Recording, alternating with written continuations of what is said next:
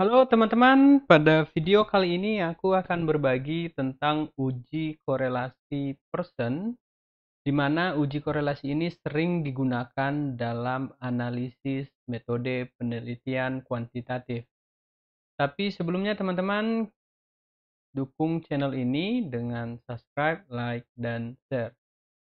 Saya meyakini bahwa teman-teman sudah mengetahui dasar-dasar dari uji korelasi sebelum kalian menggunakan ini untuk analisis data. Namun ada baiknya kita mencoba melihat dari beberapa perspektif tentang penggunaan dari uji korelasi person ini. Nah, nanti kita akan coba memahami dan melihat syarat-syarat serta contoh data yang bisa digunakan untuk uji korelasi person.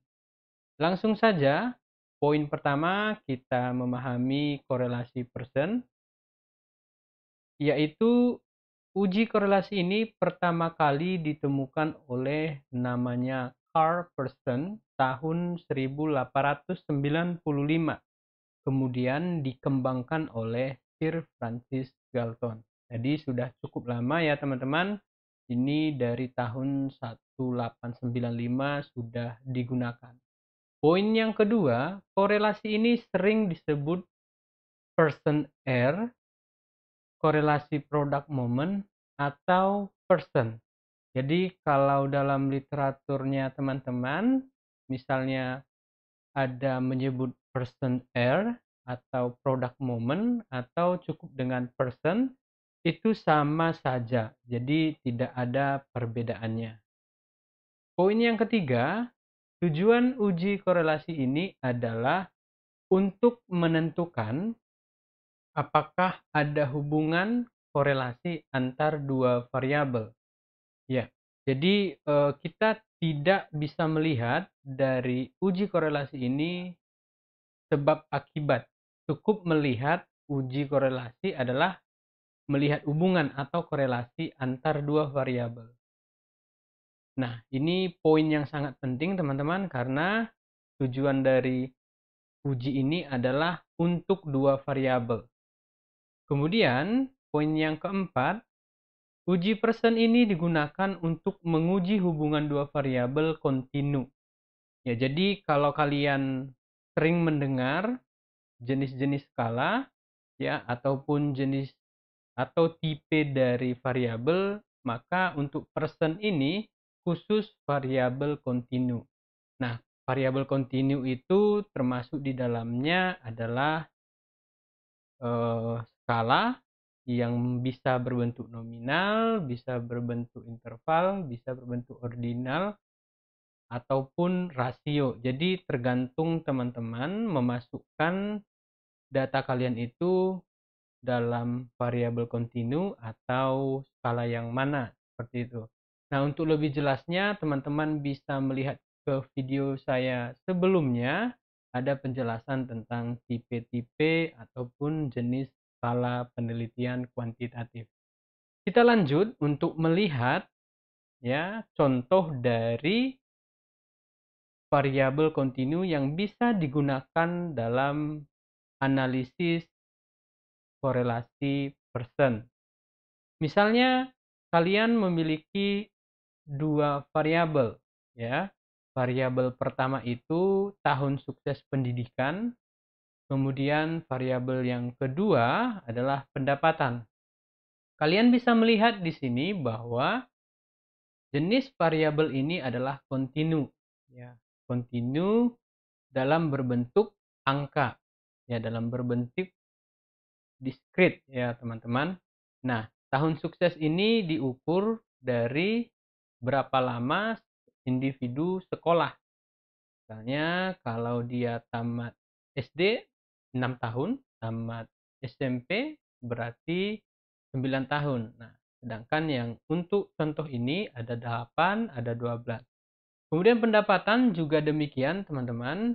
Ya, ini juga berbentuk angka ya, mulai dari pendapatan 12 juta dalam rupiah, kemudian 15 juta sampai 9 juta. Nah, ini merupakan contoh dari variabel kontinu yang bisa kita gunakan dalam analisis korelasi person. Next, hasil uji korelasi person. Nah, ini sering sekali ada perbedaan pendapat ketika menggunakan ataupun membaca hasil uji korelasi person. Coba kita lihat teman-teman. Poin pertama, korelasi dengan menggunakan person atau person R akan selalu berada di antara -1 dan +1 atau -1 dan +1.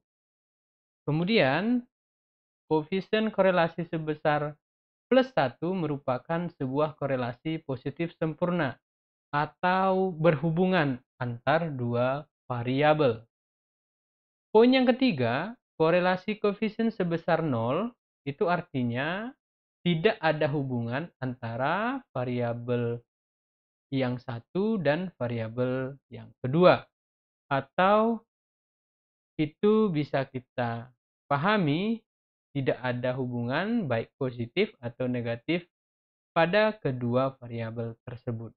Jadi teman-teman, kalau kalian menemukan ada angka negatif dan positif saat uji korelasi person, baik itu menggunakan aplikasi atau persamaan manual, ya teman-teman bisa memahami bahwa koefisien minus dan plus itu ada artinya.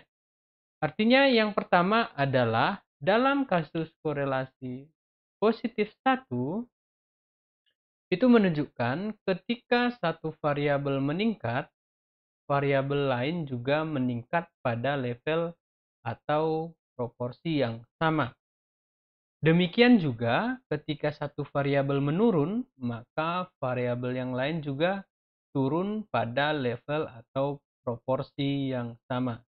Jadi kalau teman-teman menemukan data ataupun hasil uji analisis korelasi positif satu, berarti bisa jadi itu memiliki korelasi yang positif, yang meningkat satu dan yang satunya juga meningkat. Kemudian jika satu yang turun berarti yang lain juga turun. Bagaimana dalam kasus korelasi negatif?